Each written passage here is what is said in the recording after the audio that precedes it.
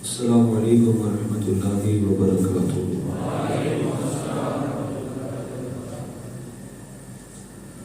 الحمد للہ رب العالمین والعاقبۃ للمتقین، والصلاۃ والسلام علی سید المرسلین وعلی آلہ واصحابہ اجمعین، اما بعد، اعوذ باللہ من الشیطان الرجیم، بسم اللہ الرحمن الرحیم، والعصر ان الانسان لفی خسر الا الذین آمنوا وعملوا الصالحات وتواصوا بالحق وتواصوا بالصبر۔ آمنت باللہ، صدق اللہ العظیم، وصدق رسولہ النبی الامین المکین الکریم۔ آئیے کچھ عرض و معروض کرنے سے پہلے ہم اور آپ مل کر بارگاہ رسول اور علیہ رسول میں درود پاک کا قیمتی ہار پیش کریے، بڑی آواز بلند، اللہم صلی علی سیدنا و مولانا محمد معدن الجود والکرم وآلہ وبارک وسلم۔ جس کے آگے سرے سرورا خم رہے، اس سرے تاج رفعت پہ لاکھوں سلام۔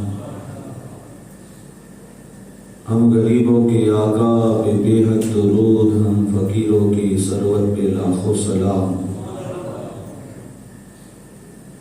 وہ دسوں جن کو جنت کا مژدہ ملا، اس مبارک جماعت پہ لاکھوں سلام۔ مرتضی شیر حق اشجع الاشجعین، ساقی شیر و شربت پہ لاکھوں سلام۔ اصل نسل صفا وجہ وصل خدا، باب فصل ولایت پہ لاکھوں سلام۔ شیر شمشیر زن شاہ خیبر شکن، پرتوے دست قدرت پہ لاکھوں سلام۔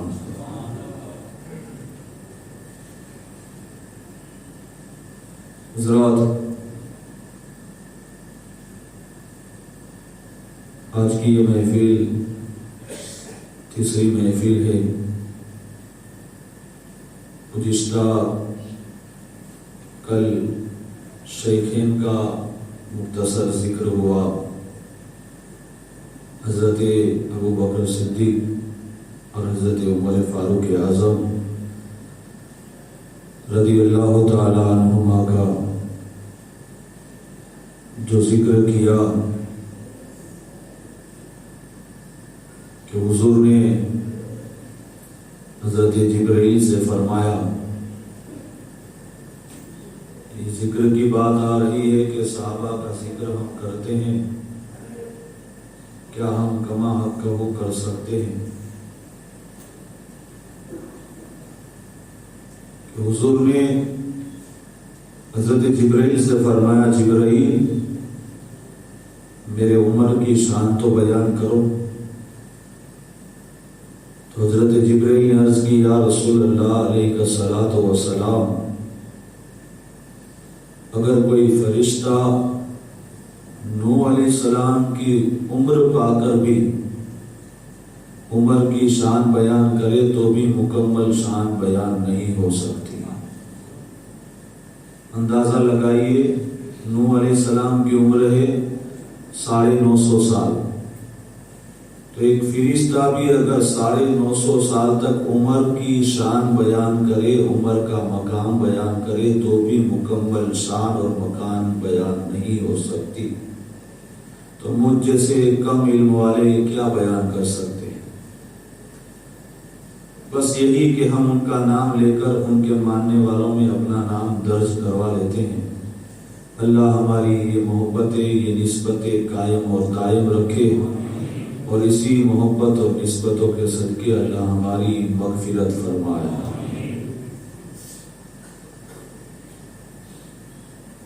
عثمان غنی رضی اللہ تعالیٰ عنہ نور کی سرکار سے پایا 2 سالہ نور کا، ہو مبارک تم کو ذوالنورین جوڑا نور کا۔ مقام ہی عثمان غنی کا ایسا ہے کہ حضور نے خود دعا مانگی تھی، اللہ عثمان اتنا شرمیلا ہے، اتنا حیا کا مجسمہ ہے کہ کل بروز قیامت تیرے حضور حاضر ہو کر، کھڑے ہو کر حساب و کتاب تک بھی نہیں دے پائے گا۔ مولا تجھے جس کا حساب لینا ہو تو لے، لیکن میرے عثمان کو بغیر حساب و کتاب اس کی مغفرت فرما۔ تو غیب سے آواز آئی، حبیب تیری رضا کے لیے ہم نے عثمان کی تو مغفرت فرمائی، اور ساتھ ہی ساتھ عثمان کی دعا کے صدقے ایسے 70,000 جہنمی جس پر جہنم واجب ہو چکی ہوگی، عثمان دعا کرے گا میں 70,000 کی مغفرت فرما دوں گا۔ تو یہ عثمان غنی واقعات کبھی ایسا ہوتا ہے، کوئی یہاں سنتا ہے، کوئی دوسری جگہ سن لیتا ہے، تو اگر واقعات ٹکرائے بھی تو یہ سمجھ لینا کہ ایمان پر تازہ ہو جائے۔ کبھی ایسا ہو نہ سنا ہو تو دل کے کان کھول کر سن لے۔ ان کی سخاوت بہت مشہور ہے۔ جنت البقیع کی زمین آپ ہی نے خریدی، کنواں آپ ہی نے خرید کر مسلمانوں کے لیے وقف کیا۔ حضرت ابوبکر صدیق کا زمانہ ہے، اور ایک انسان ملک شام سے غالباً آیا، اور یہ بچوں کو تھوڑا الگ الگ بٹھا دو، اور ان کے ماں باپ کو تو اپنے پاس میں بٹھا لیں، ان کی الگ سے وہاں مجلس شروع۔ تو حضرت امیر المومنین ابوبکر صدیق کا زمانہ ہے، اور ملک شام سے ایک انسان پریشان حال ہے جو آیا، اور آ کر حضرت ابوبکر صدیق سے کہنے لگا کہ حضور آپ ہمارے امیر ہیں، اور ایسے بھی امیر ہیں۔ باہر کا نقشہ مکان کا دیکھ کر وہ کہنے لگا آپ ایسے بھی امیر ہیں اور ایسے بھی امیر ہیں۔ میں شام سے آیا ہوں، اور تقریباً مجھ پر 3,000 درہم کا قرضہ ہے، قرضہ بھی ادا کرنا ہے، بچیوں کی شادی بھی ہے، کچھ آپ کرم فرما دے۔ تو حضرت ابوبکر صدیق رضی اللہ تعالیٰ عنہ فرماتے ہیں کہ ایک امیر تو کہہ رہا ہے وہ مان لیتا ہوں، حالانکہ اس کے لائق نہیں، بندوں نے بنا دیا ہے، لیکن یہ جو دوسرے امیر والی بات ہے تو تم میرے ساتھ میرے گھر کے اندر آ۔ وہ کہنے والا کہتا ہے کہ جب ابوبکر صدیق مجھے اپنے گھر کے اندر لے گئے تو دیکھا کہ بس پانی کا ایک لوٹا ہے اور ٹوٹی ہوئی کھجور کی صدری ہے، بس اس کے علاوہ گھر میں کچھ نہیں۔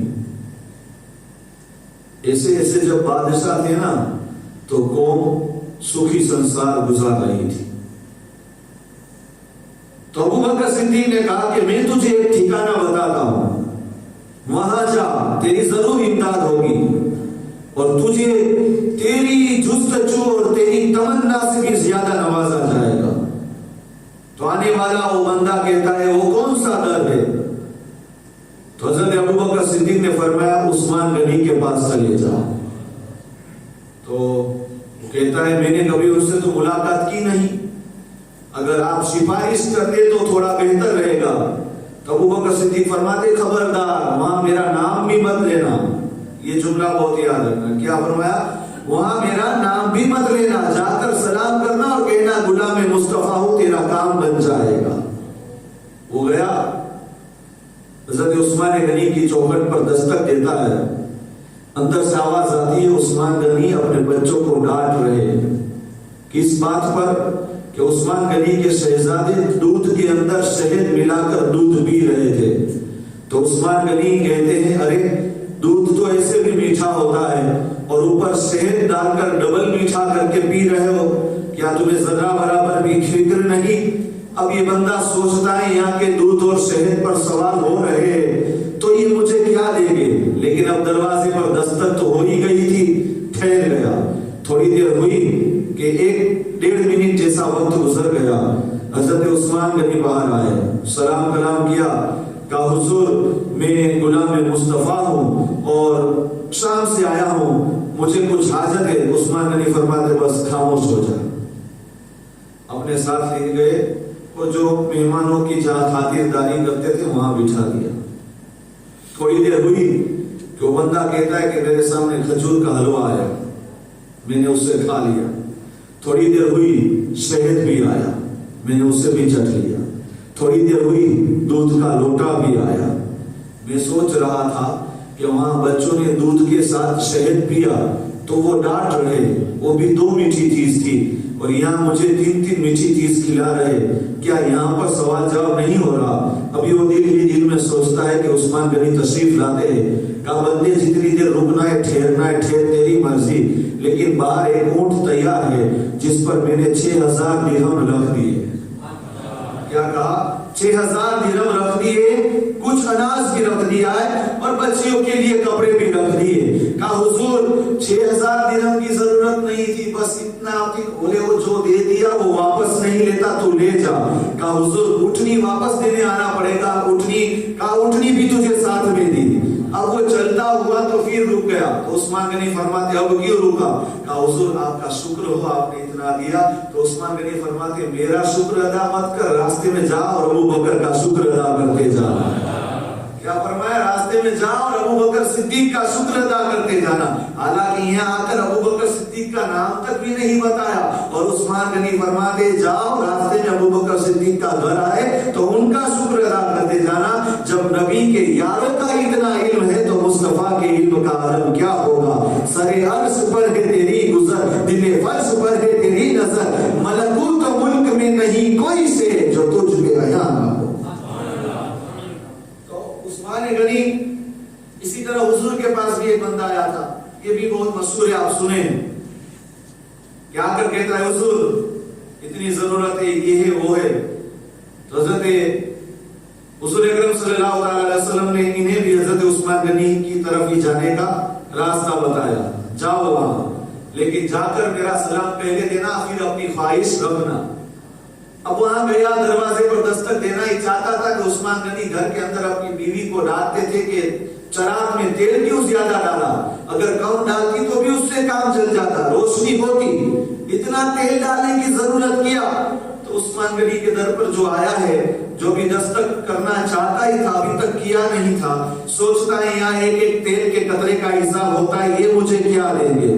لیکن پھر چلتا چلتا سوچتا ہے کہ حضور نے جو سلام بھیجا ہے وہ تو امام الانبیاء کا سلام ہے. جب عام امتی کا سلام بھیجنا واجب ہے، اگر نبی کا سلام عثمان تک نہیں بھیجوں گا تو قیامت کے دن اس کا بھی حساب دینا پڑے گا. ہمت کر کے آگے بڑھتا ہے. عثمان غنی کے دروازے پر دستک دی. عثمان غنی نے دروازہ کھولا. کہا ہے عثمان غنی حضور نے آپ کو سلام بھیجا ہے. تو عثمان غنی نے کہا والد کا والد سلام، اے بندے تجھ پر بھی سلام اور نبی پر بھی سلام. جب وہ جانے لگا تو عثمان غنی فرماتے ٹھہر، پہلے یہ تو بتا تو حضور کے پاس گیا تھا کس لیے؟ تو حضور کے پاس گیا تھا کس لیے کہ میرا سلام لے کر آیا ہے، میرے لیے سلام لے کر آیا ہے، تو گیا تھا کس لیے؟ اب تو یہ سوچتا ہے اب تو بولنا ہی پڑے گا. کہا حضور بات ایسی ہے بچیوں کی شادی کرنی, کچھ قرضہ ہے, کچھ امداد ہو جائے. تو عثمان غنی فرماتے ٹھہر. تھوڑی دیر ہوئی, عثمان غنی بڑا جبہ پہن کر آتے ہیں, سر پر امامہ اور نالین پہن کر چلتے, چل بندے ہاتھ پکڑ کر لے گئے اور بہت بڑے میدان میں لے گئے. دیکھا, فرمایا تجھے کچھ نظر آتا ہے؟ کہا ہاں, اونٹوں کی لمبی قطار نظر آتی ہے. عثمان غنی فرماتے جا سب تجھے دے دی, جا سب تجھے دے دی. کہا حضور اتنی ضرورت نہیں, مجھے اتنے سارے نہیں چاہیے, ایک دو سے کام چل جائے گا. ہر اونٹ پر گیہوں چاول وغیرہ لادے ہوئے ہیں, کھانے پینے کی چیزیں لادے ہوئے, تجارتی قافلہ آیا ہے, سارا دے دیا. اب یہ بندہ کہتا ہے حضور ایک دو دے دیتے کام ہو جاتا. کہتے عثمان غنی فرماتے جو ایک مرتبہ دے دیتا ہوں واپس نہیں لیتا. تو وہ کہتا ہے حضور ایک بات پوچھ لوں اگر اجازت ہو تو. کہا پوچھ لو. کہا گھر کے اندر تیل کے ایک ایک قطرے کا آپ حساب لیتے تھے, وہاں تو ضرورت سے زیادہ خرچ ہوا تو آپ حساب لیے, اور یہاں ضرورت سے زیادہ دیتے, آپ کو کوئی جو ہے فکر نہیں. عثمان غنی فرماتے ہیں وہ تیل کے قطرے جو چل رہے تھے وہ میرے ذاتی معاملات کے لیے چل رہے تھے, مجھے اس کا حساب ضرور دینا پڑے گا. اور یہ جو دے رہا ہوں راہ خدا میں دے رہا ہوں, اور راہ خدا میں جو دیتا ہوں اس کا حساب نہیں دینا, اللہ سے اجر و ثواب لینا ہے. تو یہ عثمان غنی 40 دن تک آپ کو پیاسا رکھا گیا, بھوکا تو ٹھیک, پیاسا. آپ اپنے گھر کا دروازہ کھول کر کے تھے, اہل مدینہ جب تم لوگ پانی کے لیے ترستے تھے, پانی کے لیے پریشان تھے, بتاؤ اس وقت کس نے کنواں خرید کر دیا تھا؟ تو لوگوں نے کہا عثمان غنی آپ ہی نے خرید کر دیا تھا. کہا گواہ رہنا آج پانی کے ایک ایک قطرے کے لیے میں ترسا جا رہا ہوں. یہ عثمان غنی 40 دن تک آپ اسی کیفیت کے روزے سے رہتے ہیں, اور پھر رات کو خواب میں حضور تشریف لاتے, فرماتے عثمان جلد آؤ, ہم اور تم مل کر افطاری ایک ساتھ کریں گے. عثمان غنی سمجھ گئے کہ اب دنیا سے جانے کا وقت ہوا. تقریباً آپ کی عمر جو ہے 82-80 سال کے قریب بھی بتائی جاتی ہے. اب آپ کے بعد جو خلافت کی دور سنبھالتا ہے داماد مصطفیٰ, فاطمہ کے سرتاج, حسن اور حسین کے بابا, سرتاج الاولیاء, امام الاولیاء, فاتح خیبر شکن, دنیا جسے مولائے کل, مولائے کائنات, مشکل کشا کے نام سے یاد کرتی ہے. انشاءاللہ مختصر ذکر آج بھی ہوگا, کل بھی ہوگا. اب آج یہ بتانا ہے کیونکہ آج ایمان اور عقیدے کے بھیڑیے نوچنا شروع کر چکے ہیں. ایک دوسرے کی عظمتوں کو تول تول کر بولے بالے مسلمانوں کو اللہ کا کرم ہے, سرکار کا کرم ہے, سلطان الہند کا کرم ہے کہ ہماری طرف یہ وبائیں کم ہے, لیکن اور ملکوں میں دیکھا جائے اس بنسبت تو بہت زیادہ ہے. اعلیٰ حضرت نے شعر نہیں لکھا کہ سونا جنگل رات اندھیری چھائی بدلی کالی ہے, سونے والوں جاگتے رہیو چوروں کی ہی رکھوالی ہے. چوری کرنے والے چور ہی آج رکھوالی کر رہے ہیں, ایمان کے لوٹے رہی ایمان کی آج رکھوالی کر رہے ہیں. تو یہ 3 یار اور مولائے کائنات, ان کے درمیان آپسی محبت کیسے تھی, ان کے درمیان آپسی تعلقات کیسے تھے؟ ہم نے یہ سنا کہ ان 4 یار میں سے 2 یار حضرت ابوبکر صدیق اور عمر فاروق اعظم مولا, یہ دونوں صحابی رسول حضور کے سسر ہیں, اور 2 صحابی رسول یعنی کہ عثمان غنی اور مولا کائنات حضور کے داماد ہیں. لیکن عمر فاروق اعظم اور مولا علی کے درمیان بھی ایک رشتہ ہے. یہ الگ بات ہے, کبھی کچھ لوگوں نے نہ سنا ہو تو نیا لگتا ہے. عمر فاروق اعظم مولا علی شیر خدا کے بھی داماد ہیں. عمر فاروق اعظم ہی نے جا کر اپنی تمنا اور اپنی آرزو سامنے رکھی کہ اے علی, میں آپ کی شہزادی ام کلثوم سے نکاح کرنا چاہتا ہوں. تو مولا کائنات مولا علی شیر خدا فرماتے عمر کس بنا پر؟ حالانکہ پوچھنے کا مقصد یہ ہے کہ قیامت تک ایک بات بن جائے.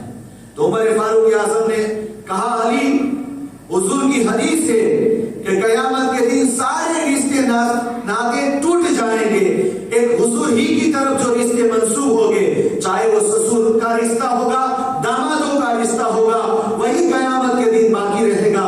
الحمدللہ سسر کا رشتہ تو برقرار رہا, اب داماد کا بھی رشتہ بنانا چاہتا